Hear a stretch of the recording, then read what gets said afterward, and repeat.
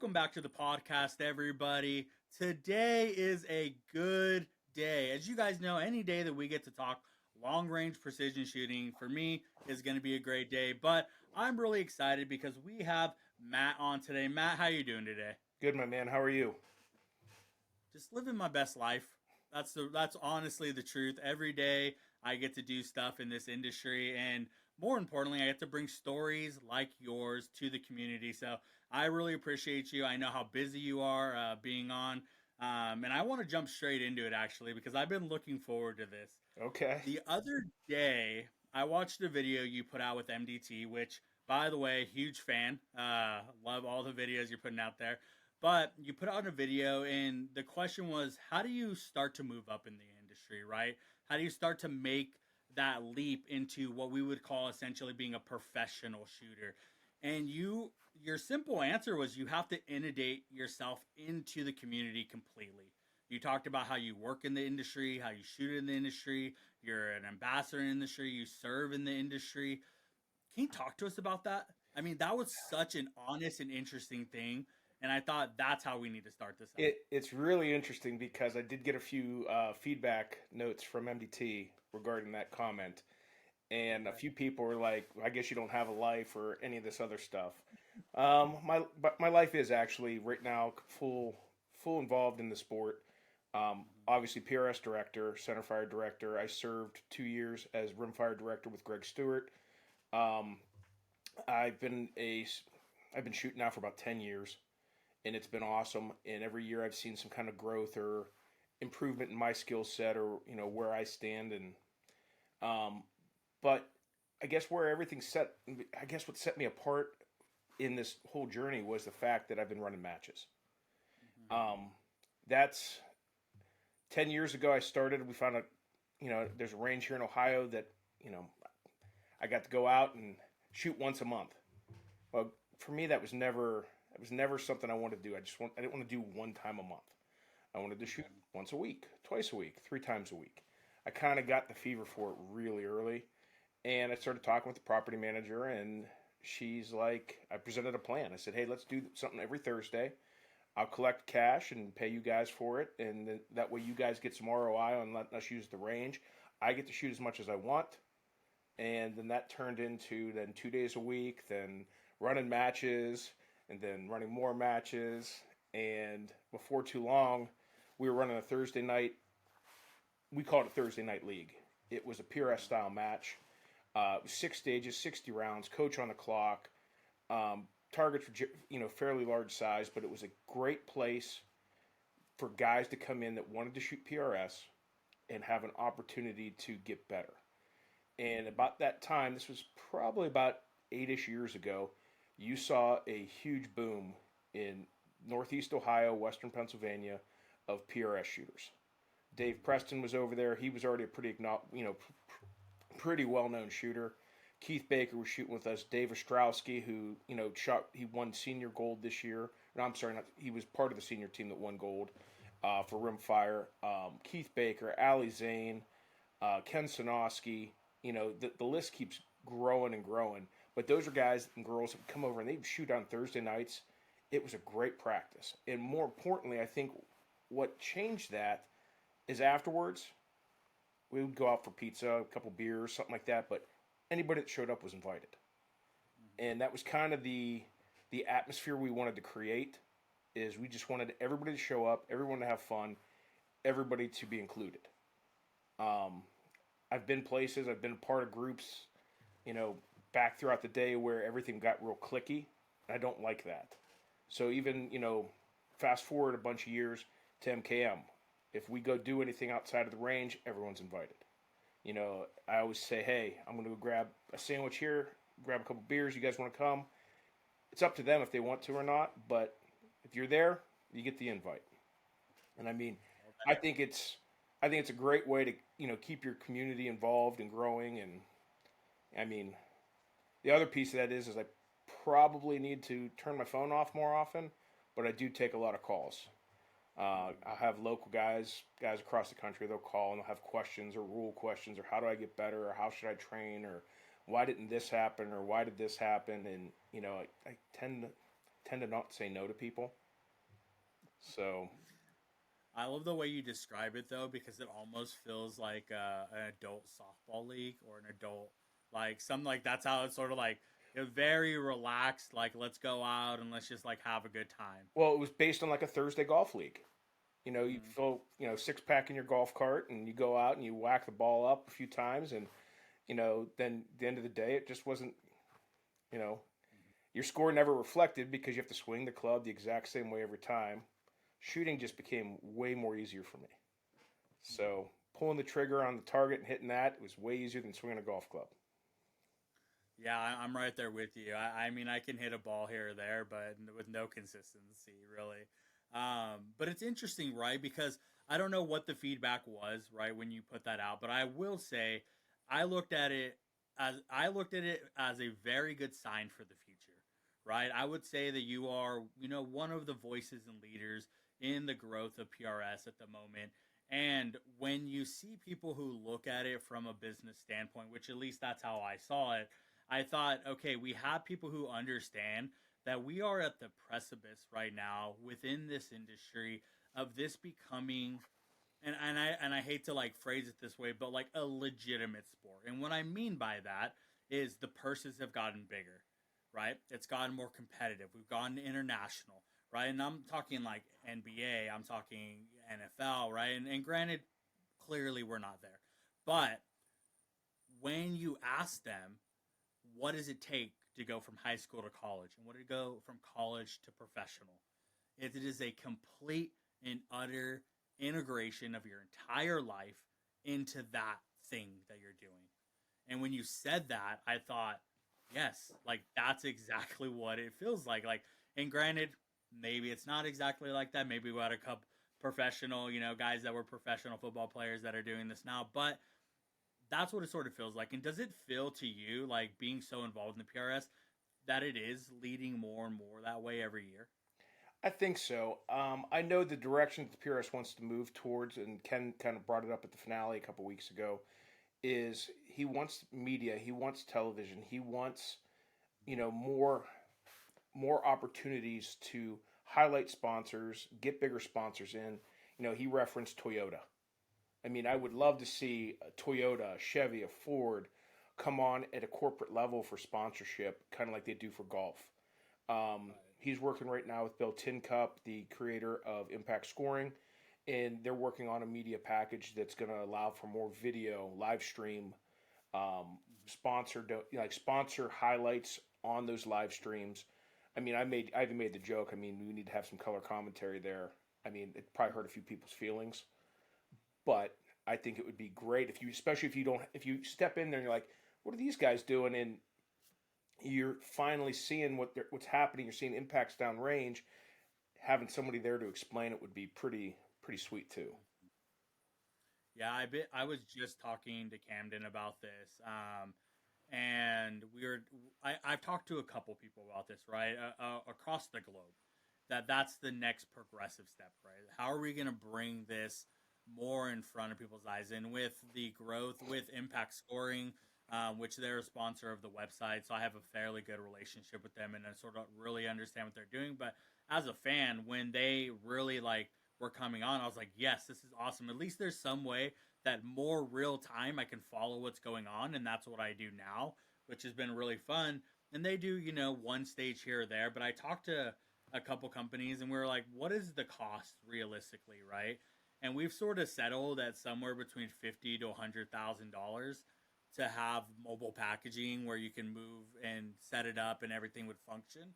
I know there's a couple of ranges that are sort of leaning in that way a little bit, having stuff on site, but I don't think we're that far away from it. I really don't. With you being in it, have you seen anything that's gotten you fairly excited where you thought this could be it? I mean, you're right when it comes to, I think that the packaging of the media to get it there to actually operate. There's a lot of ranges out there, that they are very efficiently run facilities. They have a large membership base, and then there's a lot of ranges that don't have a large membership base, and they rely solely on matches to keep the doors open. So getting that package set up at a range or expecting a range to provide that would be probably an unrealistic, request at this time. I don't know how we would do that. It would have to come through sponsorship dollars. The PRS, other media conglomerates would have to say, "Hey, this is something we want to buy into, and this is what we're going to go down this road." As what I would have imagined to have happened. But I mean, right now it's going to be relying on kind of some bluegrass type of you know beginner stuff at the time for the time where it's one or two stages here or there, and then as it shows growth and promise, then we're going to look at probably expansion. And I would imagine at some point you'd be able to get somebody to pick it up as long as it's good. Then the other part of that is right now nobody likes guns. I mean, we love them, but Yeah. the world thinks they're so bad. And I mean, I always tell everyone, like, friends that are a little bit more on that liberal side, and I'm sure you've got a lot of them being in California. Sorry, I always have to call Callie That's out whenever I have a chance. yeah. But I mean, none of the loaded guns in my house have ever shot anybody. Mhm. I mean, if I had kids, there wouldn't be loaded guns in the house anywhere. They'd be locked up someplace. I don't have kids, so I have the luxury of having them available, and they've never shot anybody. They don't answer the door. They're inanimate objects. So I wish we could find a way to better educate people about firearms safety. It's not the gun. It's the person behind it. It's the operator that always causes the damage, in my opinion. Yeah, there's in Maine, there's an F class competitor who his team is the team that brought Olympic broadcasting online. Okay. And I did a podcast, or not a podcast. I read an article on him. Super super interesting guy. So that infrastructure, right, where you have real time information come up about a competitor, and you have layovers, and you have all that stuff. We have people in our industry that are well capable of making that a reality. What I tell everybody is we need a couple of those millionaire, you know, secret millionaire farmers or whoever's out there that want to, invest in that. But I do agree, and I think where there is the most potential for this, particularly sort of talking around that political structure and the fear and misunderstanding of shooting is rimfire, right? It is so like everybody's super nice, which is the weirdest thing. No matter what level you're at, everybody's always helping each other. Um, it's not super loud. It's not. It doesn't hurt, and you can do it in smaller areas and more places around the world can do it, which Correct. lean a little bit heavier to us, our ability to, you know, to say, hey, I think this is the next, if out of any discipline, this is the next possibility for like an Olympic sport, right? I would. Um, I think you're right on that one. that's how I see it, and and no offense to air gun and 25 yard and 50 yard, shooting, but it's not as entertaining as rimfire is, right? And if you can get the cameras on target, you can get windage up so everybody can see what's going on. You get camera on shooter, and you have commentary. I think you have a winning package there. So that's sort of my hope for the future of the overall growth of PRS and 22 things. I mean, I'd love to see it with centerfire, but with the regulations and how difficult it is for a lot of countries to own more than one firearm, that makes it fairly difficult. Got it. Yeah, sorry about that. Yeah, and that's honestly that's where I see the future of the sport. So it's really interesting. And matter of fact, I just talked to somebody, and I have to look into it again. But I know that for the worlds, they just released the new qualifying structure, right? Yeah. And one of my buddies was saying, like, he's like, I can't afford to do that structure and try to do PRS finale and 22 nationals. Like, what's sort of your thought on that, right? Do you feel, and I think about this a lot, right? You have 22, the NRL 22, you have you guys, you have the Pro Series that's coming up. Um, you know, why do we have so much divide? Like, how can we unify this a little bit, or what's the So, problem? I mean, I guess when you look at the the qualification process for the rimfire team. It's completely different than the centerfire team. Um, it's Let me start off by saying the last cycle, the one that we just earned our spots in the UK for, that was a long, grueling season. I mean, that was 15 months, 12 matches. I mean, if you want to talk about expensive, flying all over the country for a 1 day match, let alone a 1 day rimfire match. I mean, give or take, you've done this enough times. It's $1,000 for the flight, car rental, all that other stuff. Even if you're sharing it with a buddy, I mean, the people that are going to do this and they're going to chase, to be on the world's team, you can't say I don't have the money to do it and then expect at the end to pay $10,000 to go shoot the match. Because when you think about it, I mean, you're looking at flights to the UK. I think mine and the girlfriend at the time was 3 or 4 grand. Airbnb for the week, the 10 days I was in country, was another 2 grand, $2,500, $1,800 on a vehicle, plus anything that we wanted to do while we were there has a fee. It's a $500 match fee. I mean, if you're going to worry about 4 qualifiers this cycle and say it's expensive, I'm not going to disagree with you. It probably is, and I know it is. This game's not cheap, but you have to, if you're going to be buying into this and this is what you want to do, there's a cost to it. And I wish there was a better answer for it, but I mean, coming from 12 matches down to 4 and making those 4 matches 2 days, so okay, now you're going to get 2 days worth of shooting out of it. I think that that's a really good compromise, and they're spread out. They're 2 or 3 months apart from each other. They're in the 4 corners of the country. I mean, Greg puts a lot. If anybody knows Greg Stewart, he puts a lot of time and energy into vetting these MDs, and he has a really pretty strict package that he expects out of them. And I mean, if a match director doesn't fulfill what they're supposed to do, they get an earful from him at the end. I mean, he doesn't tell them how to run their match, but there's a few key pieces that have to be included because it's all about you. You don't want to shoot matches that are lopsided where you shoot one long range stage and then the rest of the match is 120 and in, because then whoever shoots it with the best wind conditions on the long range stage, they have the best score. If you get it in the afternoon when the wind's generally kicking up, I mean, a great shooter he could be down 1 all day or clean through that first 9 stages, that 10th stage, wind kicks up and you take a 2. And all of a sudden, then you're 7th place instead of 1st, just because of nature of the beast. I know he also talks a lot about 250 and in. Ideally, it's 225 and in. I know there's some guys talking right now at the regional level about putting that rule into the PRS.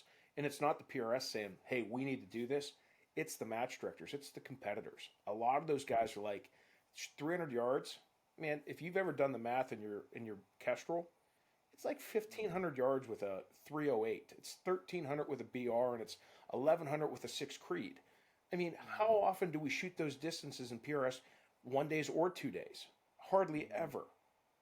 I mean, one of the more challenging matches that pushed my limits this past year was Clay's match out in Oklahoma, and he didn't exceed 990, I think. And it was a really well thought out, well put together. The stages were all balanced. He did a great job with it. I mean, so I'd like to see rimfire MDs look at that a little bit more. Maybe every third stage have a long range stage instead of having one at the beginning and one at the end. So, I mean, just a little bit more balance, I think, is what it comes down to. But, I mean, for guys looking to get into this and they want to make that team, 4 matches is really more appealing. I mean, the other argument that we see is kind of similar to what we did when we went to Italy. It was kind of a last minute thing, and we based it off of all of our local 1 days. We based it off of our, PRS finales, our NRL finales, and we could submit scores from everywhere. Well, what we found was a lot of shooters, if there's no way to hold match directors accountable when you can pull from all over every region through 2 different disciplines. And you were seeing guys, there's a huge score anomaly that happens. Like, you get, look at the PRS finale. You have 14 300s in every region going into every regional finale. I mean, that's what happens. So then you have one. You're basing it on one match instead of the overall. And I don't know. I like the four better. To me, it's going to be cheaper. I'm gonna fly. I can drive to one and fly to three. I'll shoot all four of them, and at least after that, I'll know I'm done. Whether as soon as the last shot's fired at the last match, I'll know if I made the team or not. It's that it'll be that simple. Do you think, does it make sense to, like, you're building this into your calendar, right? Yes. Can you build this in and try to qualify for the finale and try to qualify for 22 or for NRL nationals? Like, can you manage all of that, or do you sort of feel like at this point you're choosing to qualify for worlds or you're choosing to qualify for PRS finale? So, do you want to talk about that buy-in? We just talked about that. You have to be all in. Yeah. So, when I was going for the team for the UK, I had to qualify and get finales for the NRL. So I had to shoot a 3-match NRL season plus their finale. I shot an entire PRS 22 season and both of their finales, throughout the 2 years. But I could drive to all this. I'm in a part of the country where driving, I could drive to 7 different matches within 4 hours. And we're lucky that our region's one of the larger for rimfire. But on top of that, I'm also working through the qualification process for the USA team for centerfire, and I compete in centerfire, and I've shot every finale for that as well. Plus, we run matches because my partners and I are we run for those. Almost everybody knows that it's MKM Precision over in Western Pennsylvania. We host 2 pro matches. We run 6 or 7 to 8, I think 8 this year, 1-day regional matches, rimfire matches, and then we run a couple unaffiliated like beginner style matches just to get guys involved and not shooting that PRS style all the time. So I guess, I mean, yeah, my schedule, I think I had 45 weekends from this time last year until the PRS finale 2 weeks ago built into my schedule.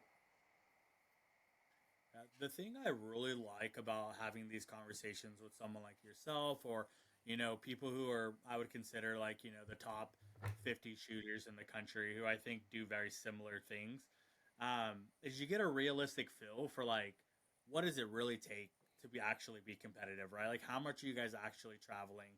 Where are you traveling to? How much are you competing in? And like you said, you have a bit of blessing that you're in an area where it's highly populated. But even then, I think people sort of don't fully grasp how much work actually goes into being able to be one of the best shooters in the world, right? It's really really impressive, and that's only talking about workload. That's not talking about the pure mentalness that goes into it, where you actually have to learn to improve every time, right? Yes. Mm-hmm. So I think you're right there. You hit the nail kind of on the head. It's the mental part of the game. And when I first started, I'd always I'd feel jittery through my first couple stages, and I'd get really anxious, and I was worried that I was going to lose my match in the first 3 stages of every match I shot. And I think it was after year 4 or 5, it just stopped. And now it's you just show up like you drink your coffee on your way in, you eat your blueberry muffin, you show up at the range, check your zero, BS with your buddies, and then you just go shoot. Um, it's a whole different thing. I mean, the question I get the most is, hey, how much do you practice? Mm-hmm. And if I told you this, you'd probably be probably amazed. You probably aren't going to believe me, but I don't practice. All of my trigger time, which is a lot of it outside of actual matches, is on data collection. For rimfire, we have a 300-yard range down the. Let me put it this way: our 600-yard range at the facility, we have right down a tree line, targets every 25 yards out to 300, and it's just data. So whenever I'm getting ready for a rimfire match, I always go and I check zero. I check data. I mean, you see all those the barrel caps, and you saw us at Worlds with the tubes blowing into the gun. I mean, that's where a lot of that testing happens. You know, Greg Stewart's a member at the range. Dave Ostrowski comes over, and we go through and we have these conversations. We're, I think, at a point now where our 1 day matches that's our practice. That's where we get it out because you can't. I mean, when you're at home and you're practicing by yourself, if you make a mental mistake, it has no real penalty or consequence. But if you go to a match and you have a mental mistake and it costs you 2 or 3 shots, and you're competing against, some of the guys I compete against, Dave, Greg, there's a whole slew of them in the Northeast. That's your match. Good luck, but you drove over, spent your afternoon to hang out with your buddies, and you still lost. I mean, but that's what it comes down to. That's where you eliminate your mental mistakes, in my opinion, and just making sure your gun's right.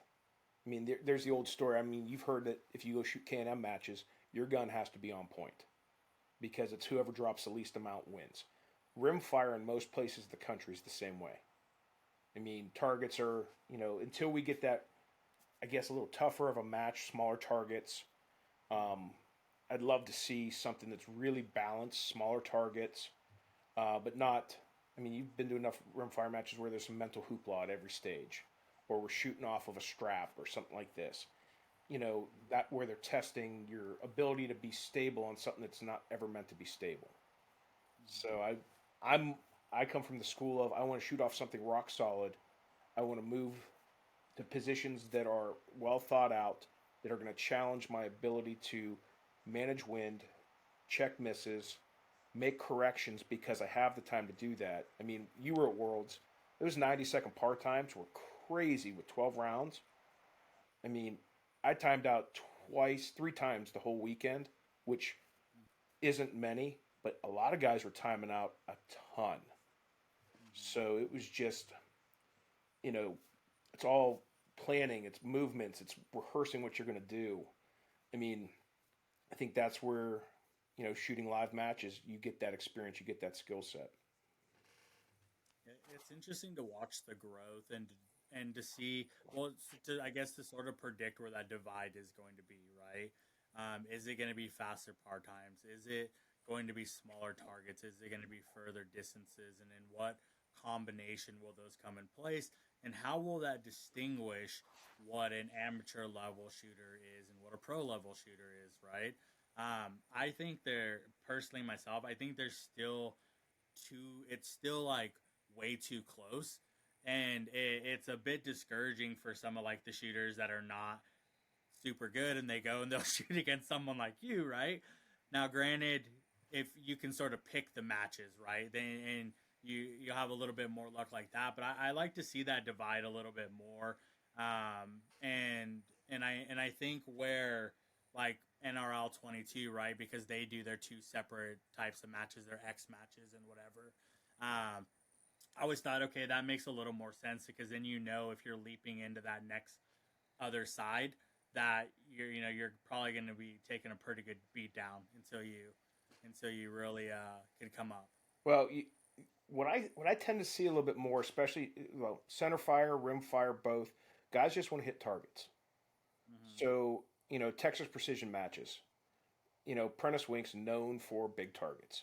That's why he gets 200 guys down there because they're going to walk away with points.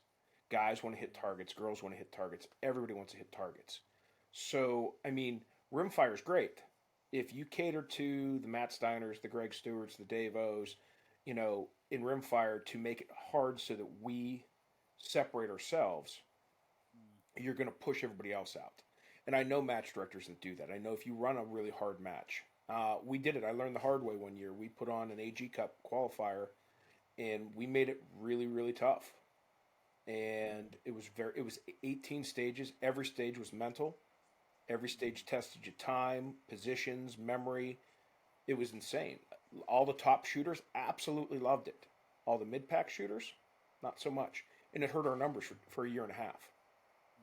So it's Yeah, I want to do a podcast where I have match directors on and stage developers because one of the things I've heard is, which I always thought was a really interesting phrasing, is that match was unnecessarily difficult.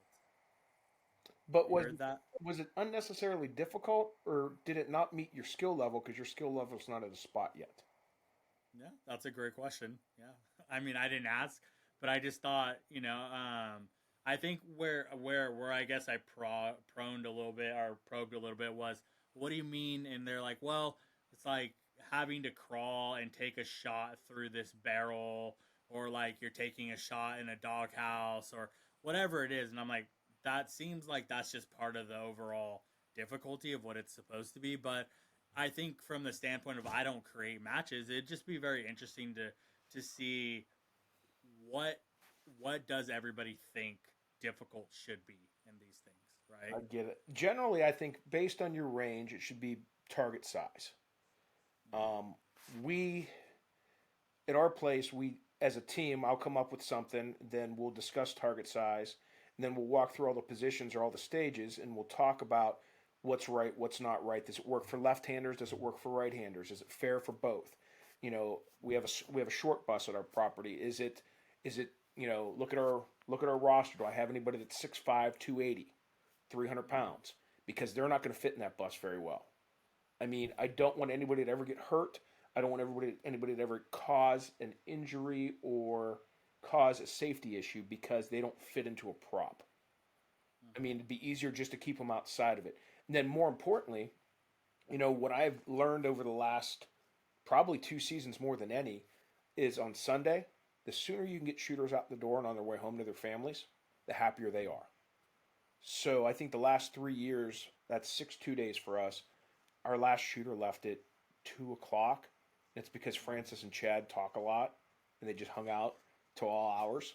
But I mean, other than that, everybody's out the door by 2 o'clock on their way home for their families. And when you think about that, any 2 day match, you probably have 50% of the shooters that are within 8 hours of the range because it's local to them, and that puts them home at a normal hour.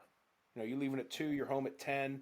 You could shower, go to bed, spend a little bit of time with the wife and the kids, and then wake up and make it to work on Monday, and then you're not eating up sick leave or personal leave. So, No, that makes a ton of sense. I did want to sort of ask you. This is completely different than what we're talking about, but it's just right in my face. Gray ops. I don't actually know what you do there. I do know you do something there. But I was sort of curious, right? Because I was looking at their rings, and I don't really understand. I don't know enough about rings right now to know what makes good rings, right? I've been watching Area 419 put theirs out. I've always been a Badger Ordnance fan for the rings that I run, and you know, I, what are good rings? Why do the other thing is when I was looking to do a series on rings, and I asked a bunch of people in a bunch of different disciplines, and gray ops kept coming up, kept coming up, and I'd ask them, well, why are they so good? And they say, well, they just are, and I'm like, what does that mean? Can you tell me why is this company so popular, um, and I what think is so good about them? so. I mean, Dave's been in the industry. He started shooting, I think, down in 2010, 2012, somewhere around there.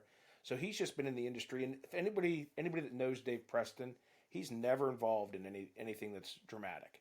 I mean, if somebody comes on and they're bashing Gray Ops online or whatever, he never gets involved. Instead, he might drop a post. If you got a question, give me a call. You can shoot me an email. I'll get you squared away. So I always appreciated that about him, that he's got that no BS kind of approach to stuff. Um, but moving on to the ring stuff, I mean, for our mounts, I mean, the meticulous measurements and everything else that goes into them. Now, I don't do anything machining at the shop.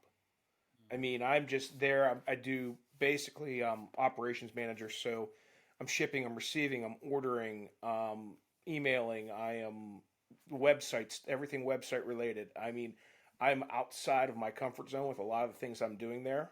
Um, but it's what the company needs, and that's what I'm going with. I mean, I'm actually diving in. I'm starting to take camera lessons. I need to learn how to do content and do better creation and up, because that's going to be where I move into at the next role there, because mine's it could be easily replaced. But with the scope mounts, I watch how he does it. I mean, he put a lot of time and effort into it. We cut them as a one piece, so it's a boring bar that goes through. And I'm probably not using the correct terminology, so he's probably going to watch this and kind of scold me in the morning, whenever he watches it. But Yeah, and I didn't mean to put you on the spot either. I was just it's just they people talk so highly about that company, right? so we have, so I think what sets us apart is we measure the mounts twice. Once right after they're cut, and then we measure them once again after we get them back from coating. And anything that falls outside of the acceptable, like tens of hundreds of thousands of an inch. And again, I don't know that factually because I just know that we remove mounts if they don't meet the standards for measurement, No. and then we send them out, and guys have loved them. I mean, repeatability. I could take them off of any one of my guns and put it right back on. I'm good. I mean, I watch everybody else out there doing the same thing with their mounts. I just think that we put a little bit of extra love and care into them. I love them. I've been shooting them now for a while. But there are a lot of great products out there, and Yeah, it is. It's really interesting because I work with Aero Products. They make the rock vise and um, they make a scope level system, which I really like. And I got so much hate for that video. People are like, well, "You don't need that," or whatever, and I'm like, "That's fine." Except I work with a lot of different. I work with a lot of different rings, and I'm working with a lot of different rifle scopes, and I like to have it set up and do it. And then I started to think for a long time, like thinking to the way that it's like the old school way of mounting, and you have the plumb down and things like that. And I kept thinking, yeah, that makes a lot of sense if you buy actions that aren't true, right? And they're not going to true up to good rings. Or if the rings are bad, then you're going to have a problem. But if you have good, and maybe that's why I've never had a problem because I buy really good actions and I buy really good rings. And every time, like you said, no matter what I do, I take them off, I put them back on. and They're they're lined good. up. So I just sort of assume that there's a level of sort of like I'm a big bat action fan. They have a lot of world records in bench rest and F class, and they just moved into the PRS space not too long ago. And they're known for very very high tolerance and accuracy, right? And I sort of assumed that's probably why people really like gray offs because you could take your stuff off and put it back on, and it's going to be exactly where it was when you took it off before. Yeah, I dropped actually. I dropped my rifle one day. I was setting up a match, and I left it on a pipe to go grab the rangefinder, and it had just fallen off. So it fell 2 feet and smacked the diving board right off of the I beam that supports it because everything we have is rock solid, like huge, heavy ass pieces of steel or concrete or stuff like that. So I'm looking at it, and there's this big gouge in my scope, and it literally just ripped off you know, the diving board from my thing. I'm like, son of a gun. Well, pulled it up, and it wasn't. It held zero. I mean, I was pretty impressed that it did that too. So I mean, I love them. A lot of people do. I mean, when I first started there, it was one of those products that we started off because it's got a higher price point. And guys, it took a while for them to sell. It's hard to keep them in stock right now. We always have mounts coming off the machine just because they're in such a demand. And we're seeing that also with our hunting rings. I mean, if I told you how many we ripped off the machine, got coated, got ready, and they're gone already. I mean, as fast as we can get them back from coating, they're gone. So they've become really popular. The bottom metals. I mean, bridging into that hunting world is just it's insane. And I don't know when you're going to drop this podcast, but man, I can't wait for our tactical bottom metal to hit the market. It's going to be awesome. So I'll definitely have to take a look at that. I mean, I think like a lot of us in the industry, I'm a big gear person, and I'm lucky enough that I get to get hands on with a lot of different companies and a lot of different gear. So that'll be interesting to look at. I do want to talk a bit about Worlds, if that's all right with you. sure. There's two things in particular that were really interesting to me when I was there, right? I mean, there's no denying that you are a very, very good shooter. Obviously, you placed very, very well, and I'm sure people would love to hear about the intricacies that went into training and you showing up and things like that. But there was one thing, first thing, that was really interesting, and it was near the end, and you were stretching, and I mean like stretching, stretching. And I've talked about this a lot, sort of in this pursuit of it being a sport, right? And I think about, you know, I thought about that a lot. Like, hey, why does nobody ever stretch before they're getting into these things? Right now, there was a comment that someone said like, because we're getting old, that's why he's stretching. But I thought maybe it's literally because you're that's part of your prepping. Can you tell me about that? Like, were you hurt? What was going on there? So I'm 2 years from back surgery. Mm, I for Ken Wheeler's last PRS match that he ran in Wisconsin. Um, we were shooting a stage, and he came over, and he was one of those guys that he always has to keep the trails free for the side by sides because match director needs to get through and all this other stuff. So he came over and yelled at us because our tripods were there, and of course he's standing in the trail. So I was, being a goofball, and I go over and I pick him up and carried him off the trail. I said, "You got to be off the trail then too." Well, when I went to set him down, he kind of wrapped his legs around me and dropped. And when his big butt hit my thighs, it literally blew my back out. I have I had a herniated disc that blew into the inside of my spinal column, and it just put pressure on my nerves. And I was miserable for about, and this happened in August. I had surgery in February, so less than 6 months. I had my first epidural right at the end of September, and I was able to do normal stuff again. But then that started to wear off. It wore off right before the frostbite match, and so then I've had surgery. So since I've had the surgery, I get a lot of like soreness, tight muscles in the hip, the both hips, lower back area. I don't know that if it's probably has something to do with it. It probably has something to do with old age, but um, I get really tight at the end of you know a 2 day, second day walking around, walk around at the big rocky terrain. It just kind of beats up my back. So the only thing I could do is try to loosen up those hip flexors. So that's why you saw me stretching a ton. Normally I won't do it, but it was kind of cooler that weekend, and not we weren't used to that at all because it's been 90 degrees back home prior to us going over there. So that's kind of why you saw me doing it, and all the local guys kind of just laugh at me because they all know, all the Canadians that come down and shoot with us, all the the guys on the East Coast kind of already know that story, and just kind of I walk at the end of the match like an old man sometimes. I mean, I just thought like I was like, is he stretching because this is part of the routine, right? Like this is how he limbers up, this is how he relaxes or whatever. Being hurt is obviously or being previously injured is a perfectly good reason to be stretching. So that's good. The other thing I saw, and again, I'm not sure what I saw necessarily, but I did end up putting it into the cover photo for the article that I did. That's my Facebook Um, Facebook now, picture. I loved it actually. my question sort of was, were you resting or were you praying? What was happening in that moment? Right, you're So sort of kneeling. It looks like you're really deep in a moment so I was taking that time. Normally I don't do that, but they forced up, ready, get ready to go. Next guy.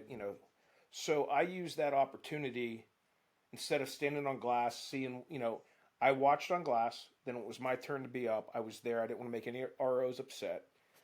So I was just there, and I used that time to mentally rehearse what I was gonna do on the stage because there was a lot on a lot of those stages where I mean that might have even been the one stage where we went prone and we had to go 180 degrees and then 180 degrees back. And I mean, I fired my last shot at the buzzer and got the impact. I mean, it was a lot of intense stuff. So I didn't want to. I didn't make many. I think maybe one mental error, and that was on my there. second day, all weekend. And it probably could attribute it to a lot of that, where it might have looked like I was praying or hoping for the wind gods to bless me or something, but I was actually just rehearsing what needed to happen, the sequences, how I was going to move through my dials, all that stuff. Yeah, I mean, it's just as a being there filming and doing photos. Obviously, I'm working, but also I get to be there as a fan first and foremost, and then as a spectator, right? I mean, I follow. I don't watch any other sports anymore. I grew up playing sports. I grew up watching sports. I follow shooting now. And when you follow more than one discipline, it takes quite a bit of effort to figure out what's going on around the world and being able to actually be around these people that I see names and I see scores, it's really fun for me. And then I'm watching and seeing like, is there any technique I can pick up as a competitor, right? Granted, I shoot F class, so there's not a ton of translation there, but there is always something you can pick up. And watching people mentally prep for the shooting, and other people they don't prep at all. Doesn't seem like, and they're going out there and trying to see what they do was really interesting. And in that moment, because we were near the end of the entire match, and I had a feeling that you were really, really high up. I hadn't been looking at the scores, but I had a feeling, and I thought, oh, is this like, I gotta nail this, like, to have a chance or whatever. It was just such an interesting moment, particularly in the group that you were in, because everybody else sort of was like, it felt like they were ready to be done. I think. Yeah, I agree with that. I mean, everybody in the group knew where I was at. I didn't know where I stood until my last stage. I knew that going into that, I wasn't going to catch Mike. I gave up too many to Mike on day one. I got, kind of wind screwed on that excavator stage and the apex optic stage where just the weird anomalies just hit, and I lost six right there that I couldn't get back. But I mean, I knew Matt Huey was right there. I mean, it came down to whoever dropped one was going to take second, and who didn't was going to be third more than likely. So I lucked out. I cleaned I only dropped three on day two. Matt dropped one on his last stage, or else we would have sat, I think, tied. So I mean, and I shoot with Matt a good amount. He comes down to our place. He shoots in the East Coast because he's from Eastern Canada there. Really good kid. And I got to know Mike Blackburn. I watched the podcast you guys did a few weeks ago. He and I shot in Italy together on the factory team over there. And I mean, I remember the first stage of the day. For whatever reason, they hate when competitors like correct an RO. But he was the first shooter. He gets up there, and I'm on glass, and he shoots, and he just clips an edge. I mean, literally just clips an edge. And I'm like, that's an impact. And they don't call it. And I literally, like, I advocated for him right off the rip, not knowing him from Jack. I'm like, hey, he got that impact there. He cleaned the stage. You can call the match director over. I mean, I don't shoot for Australia. He's a competitor of mine, but he got that hit. And it kind of set the tone in Italy for us that's how we were just going to be. And I started even day one when we were in the UK. I introduced myself to the whole squad, stage one, and I said, "Hey, we're here to have fun.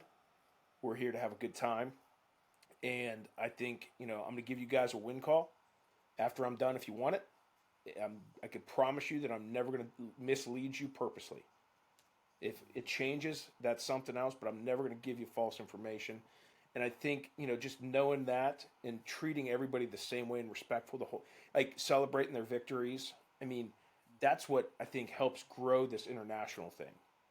Because, those guys over there are so hungry for what we have here because we just have it. They have to be a part of an organization just so they can do this. I mean, they've got to wait years to get spare barrels. I mean, it's not like I can call CRB and probably order a couple barrels right now.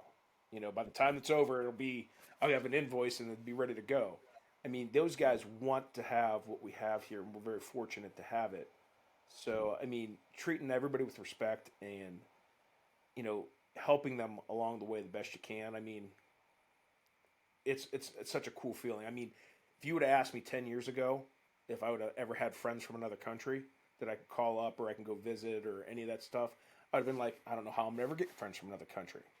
And I mean, shooting's taken me to Ireland, the UK, and Italy, places I probably never would go because I'm just not a traveler for vacations.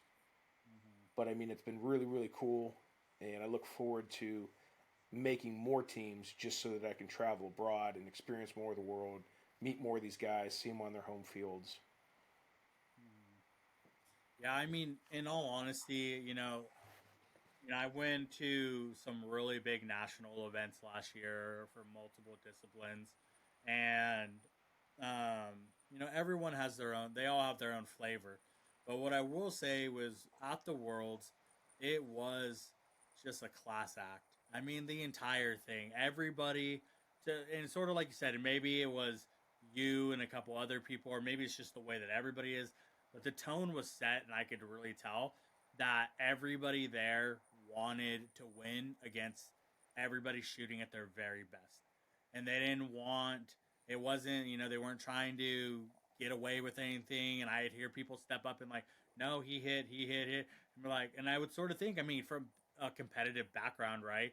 You can't help but think like, why call that? Like, why help him? Because that's the nature of competition in a lot of ways. But it really is not like that for 22, and it's so interesting to watch. And I always describe it as special, and I don't know how else to describe it because yeah, it makes you feel like even as a spectator, it makes you feel like this is a place that you're welcome to be because Yeah. everybody is there to compete at their very best, but also to bring the best out of everybody that's there, which is amazing. No, you're not wrong there.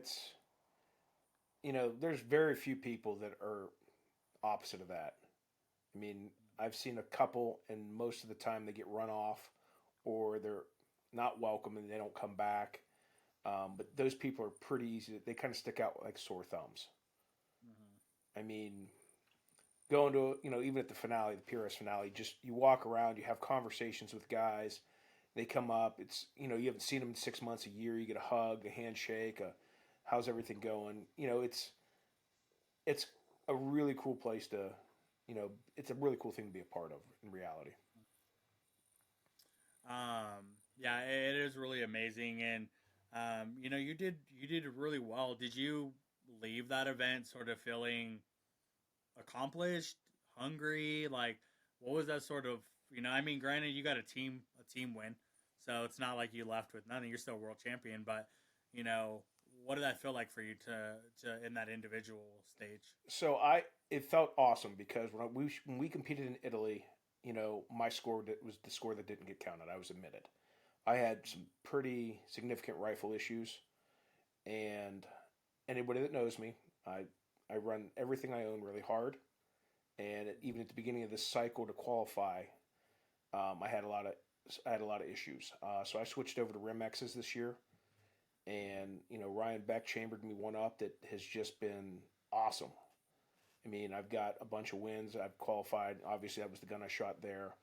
But I was elated at the performance. I didn't expect it. The way I started my first two stages. Like I dropped three on each one of those, and they were stages that were doable. And I made a poor decision on one stage on how I was going to operate it, and had too much wit, shake, and wobble, and kind of bit me in the butt. So I had competitors. Literally, it's a funny story. I stayed with Greg Stewart, and I'm the kind of person when I shoot and I do poorly, I need my 5 minutes. I need to be pissed at myself. I need to be angry at myself. I need to go through that whole self-deprecating, you know, whatever. I don't throw a big fit. I kind of go off and do my own thing. People laughed at me because I happened at our place one day and I grabbed the leaf blower and I started cleaning up brass before I came back and shot more stages. I mean, sometimes I just need to go clear that head. And Greg came back to the house after our first day of shooting. He goes, "You okay?" Because somebody came up to me after one of our teammates came up after the first stage and said, "Hey, you're gonna have to go talk to Steiner. He's about to have a meltdown." And he just kind of looked at me. He goes, "He'll be fine. He'll do his thing and he'll get it right." And once I got to that third stage, I got into my groove and I shot. I don't think I dropped more than one after that until I got to my last two on the day when the wind kind of got all switchy. But everybody got kind of screwed there. But I mean, I need my time to get it out of my system, and then I can refocus and come back online. And then when I came into it on day two, I started the first stage, which was that real high inclined rooftop. And I'm like, okay, and I got it. And it was a tough stage to start the morning with, and I put the blinders on, and I watched, and I was very engaged in the squad. I was very engaged in finding targets and seeing what the wind was doing, and I just kept them on. And I didn't worry about a score. Everybody, you kept seeing impact pop up here and over here, and I didn't want anything to do with it. I was shooting well, and I knew I was shooting well. I just didn't want to see it. And I was going to take whatever it was at the end because I knew I'd given up so much to Mike, and I was just going to fight for whatever I could fight for. And I mean, down three on day two was pretty stout. So Yeah, it was really fun to watch, and it seemed honestly when I was at the awards, everybody seemed really happy, no matter where they were. I think whether it was just like this was an amazing experience, because not only that, the location was just stunning. I mean, it was really really cool. So it was just like this overarching for me was this amazing experience, and I thought, wow, if you're competing here, this must be really really cool. So everybody seemed really really happy on that. I'm curious, right? What does a world champion run? What is your rifle build? What is the accessories that you need to have that you find do it for you? all right, so that's a pretty easy one. It's MDT ACC Gen 2 Elite.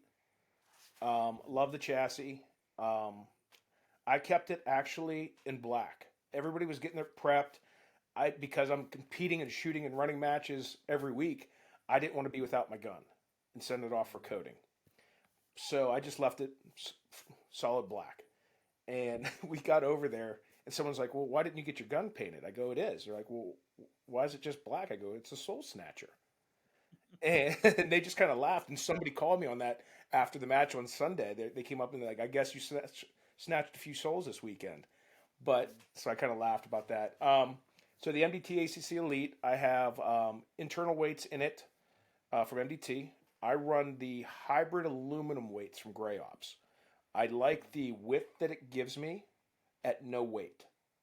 So I get the extra, what is it, 3/4 of an inch of, width on the sides, but, zero weight.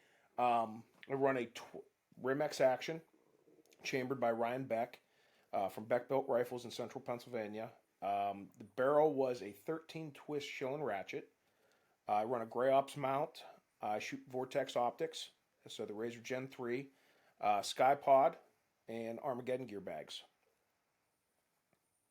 Well, there you go. If you guys are looking to build a winning rifle, that's all you got to do right there. You build one of those, you're gonna be good to go. So, and compete, I mean, compete. they're just, I really like the Rim-X. I've found so much efficiency in how those magazines work. I went from feeding issues out the butt with my Voodoos, and no matter what I did, it was tweaking at this, and it was just an issue I was having with the Ely ammo. And a lot of people were having it. A lot of guys run their Voodoos, and they're very successful with them. But for the life of me, I always struggled. So whatever it is with the Rim-X, and I ran the Mod X conversion that Randy Rachel did it for me, but John Elrod over at Modicam came up with it, and it's where you put they almost look like CZ extractors, but I believe there's something else. I forget exactly what they are, but it gets rid of that control round feed setup that most Rim-X's use. So it's just a lot faster. It's a lot more efficient. You're not if you miss around or if you feed around before it's fit into the bolt head there, you're going to be able to fire it. You're not going to have to dig it out. So that's the pro to that. But I mean, it shot really good. I've heard great thing about the Rimexes. We're looking to do one or two builds here next year for rimfire, and I know Voodoo was a powerhouse for a long time. There's been some weird stuff going on over there, and I've heard great thing about Rimex. I'm also very interested in L3I, their Stinger action that they have built over there, and their new Hive chassis system. I got to check that out at SHOT Show. I thought it was really interesting. Again, I don't compete in 22, so it's not for me to really say whether one's really, really better than the other, but it did feel really good. And I know people are doing fairly well on them. So, I'm looking sort of between some of those systems. But in general, right, I think it'd be fun to get out there, particularly like, I want to take my wife out. Like, my wife will shoot when there's a break on. If there's no break, she's not coming out. But if for 22, I was like, oh, you're gonna love this. Like, it's gonna feel good. It's gonna be fun. So she's getting excited about it. I think it'd just be like another, fun thing to add to the mix. Um, but I'm sort of wondering, right, as we get sort of the tail end of this podcast, and I think, I have a lot of curiosities about you and your involvement in the community. So we could probably go for another hour, but to not eat up all your time, I'm sort of curious, what does it feel like to be an MDT celebrity? Right? I mean, they are, for all intents and purposes, the leader in the industry when it comes to, I mean, in a lot of things. Don't get me wrong, I'm a huge MDT fan. They're a supporter of the website, but they have taken a stronghold on setting the standard for media in the industry, right? And getting that out and getting education out, and also making it entertaining. And you're a part of that. What is that like? I mean, I never would have guessed the reaction I would have gotten from people out there. When I see them, everybody seems to know who I am now. I mean, I think people knew who I was before, but it's different seeing me on Facegram, Facebook, Instagram on a regular basis. And what's funny is that was only 2 days of video down in Texas, and like when they released it, I didn't realize that we did that much content in those that 2.5 days. But it's kind of surreal. I never would have expected any of that. Like I joked with Ryan McLean about it one day. He goes, "I know, man. I walk through an airport and people are like, 'Hey, you're that guy from MDT. I see you on Instagram all the time.'" And YouTube, and this, and it's kind of like we kind of joke about it because it's just I feel like it's just the next evolution in what the sport's going to become. I'm just really fortunate to be a part of the MDT family and to get the opportunity to do that. I mean, just doing that for that few days was the most fun I've had shooting in a long time. Just laughing and carrying on, and late night dinners, and you know, sweating like pigs because it's 95 degrees in Texas. It was just a blast. It wasn't anything that I would have thought it was going to be. I was kind of nervous because I don't like to always do public speaking. I've gotten better at it over the years, but it was definitely something that I was very nervous at. Now I'm kind of like, hey, anytime you guys want to do this, let me know. I had a lot of fun with the content. Yeah, I mean, you killed it. A lot of you guys, that were out there. I sort of saw like, I don't know how it was set up, but it was like a pull from Worlds directly to that. Okay. All the guys had done fairly well, and I was like, okay, cool. This makes a lot of sense, but it's entertaining. It's funny a lot of the times.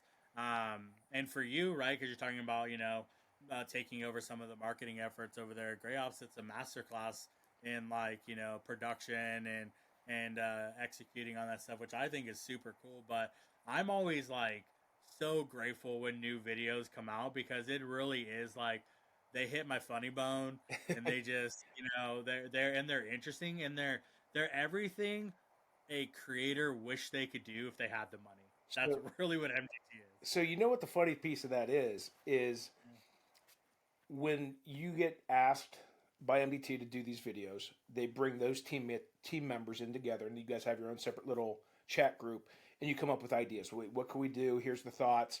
A lot of it is based on customer questions that they get through their blogs, through their posts, through their social medias, emails. So it's hey, customer asks this question. Hey, can you cut cards with 22? How far is it legit? Mm.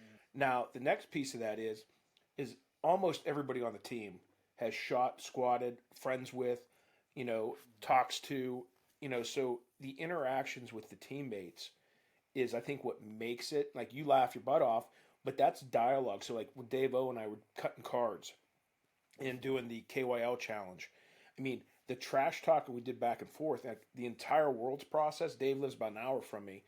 We would just he was like I call him my ride or die, because we'd ride to every match together, we'd fly to every match together, so that's talk on the phone a couple nights a week. So you build that camaraderie with a person, and then you have to go do content with them. It just kind of rolls off your tongue. You don't miss a beat. You just talk trash, and it's the biggest part is eliminating the cuss words. Yeah, yeah, I could definitely see that. I just watched one this morning with Shane. He was on the podcast a while back, and he's talking about verifying your ammo and determining, which brand and which lot, and you should. And once you find it, stick with it. And at the end, he just threw in this little line about now that you found it, it's time to go mortgage your house.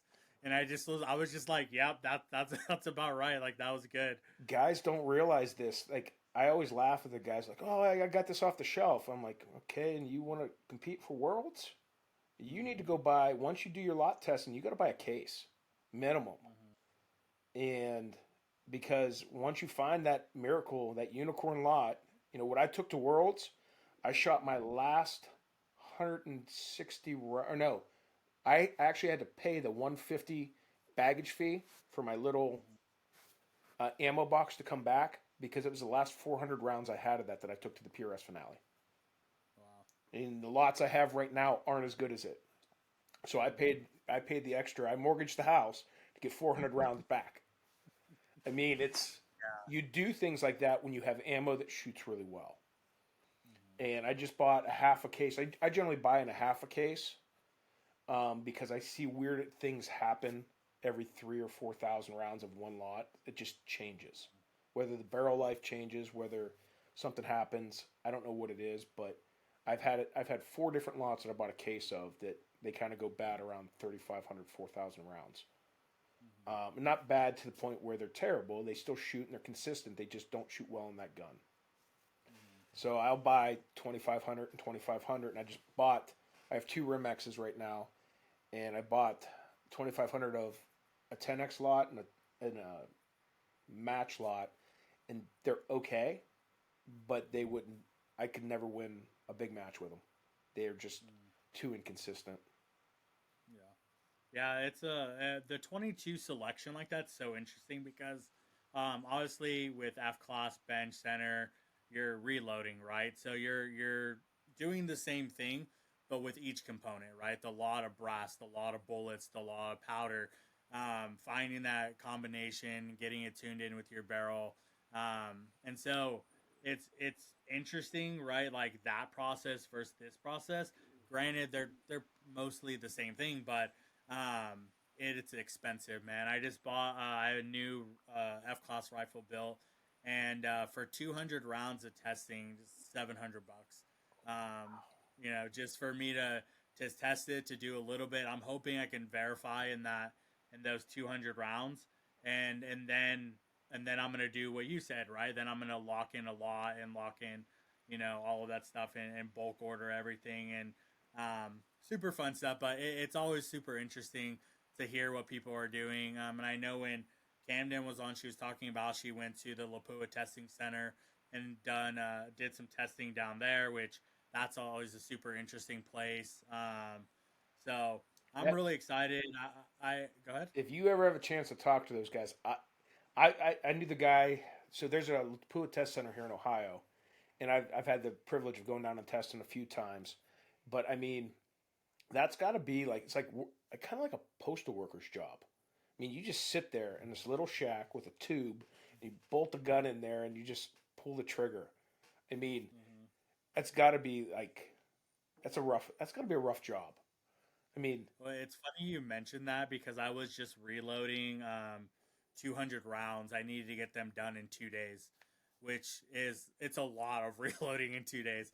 And I was sitting there working through the brass, and I was like, "This is literally I literally have worked myself into an assembly line job. Like that's literally what this is. Like 1950s Ford factory, like same motion over and over and over.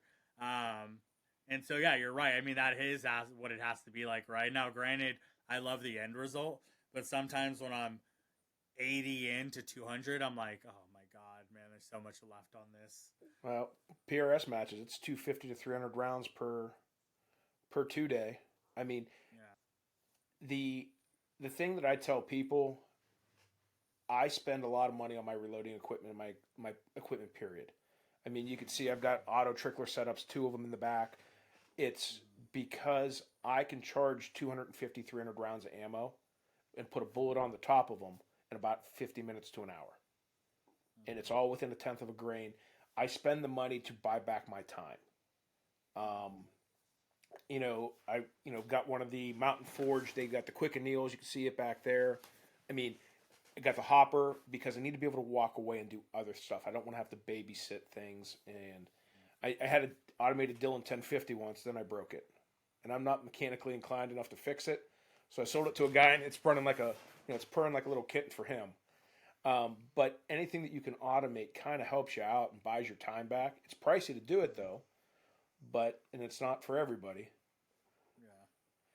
Yeah, it's interesting with F class.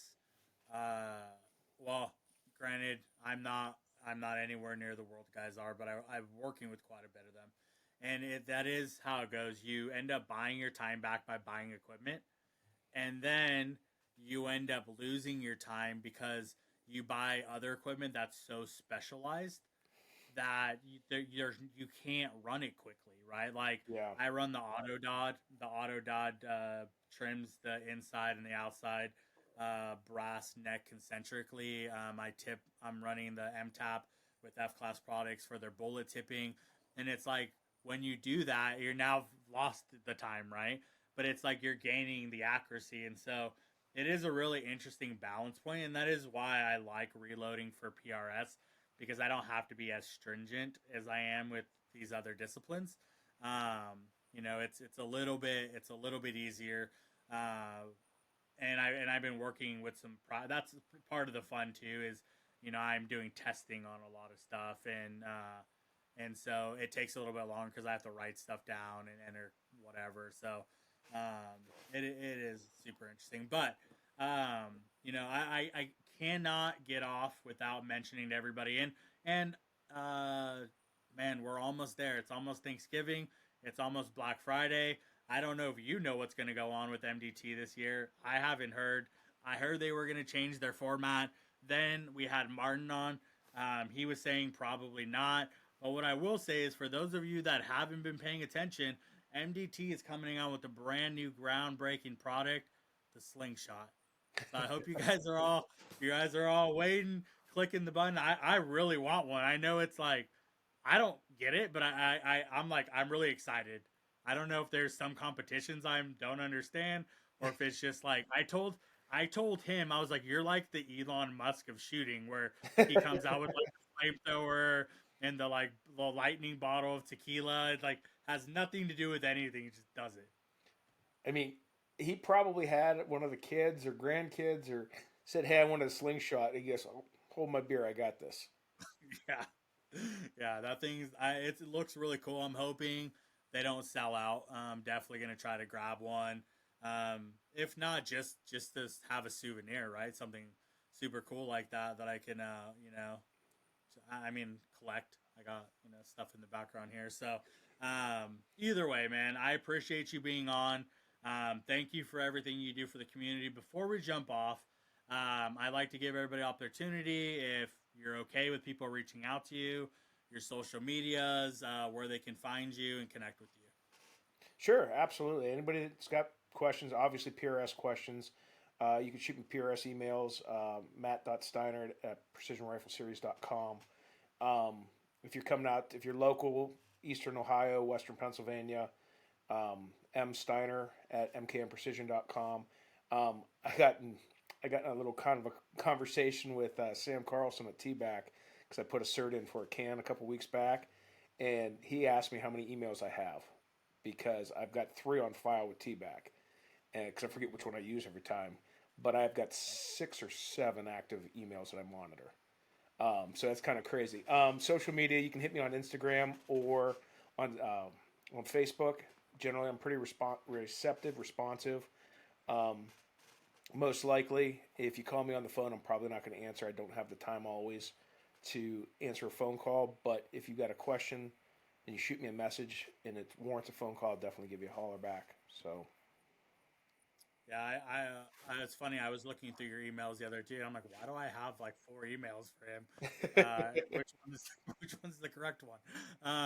Yeah, thank you so much. If you guys want to get a hold of him, shoot him a message. You know, he's there to be a resource. But guys, do a little bit of googling beforehand. Some of these questions could probably be answered with a nice little Google. And remember, guys, hey, if you want to see people on the podcast, if you want companies on the podcast, let us know.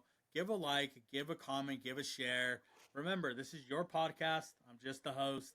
Thank you guys for being on. Get out to the range, take a shot, and I will see you guys next time.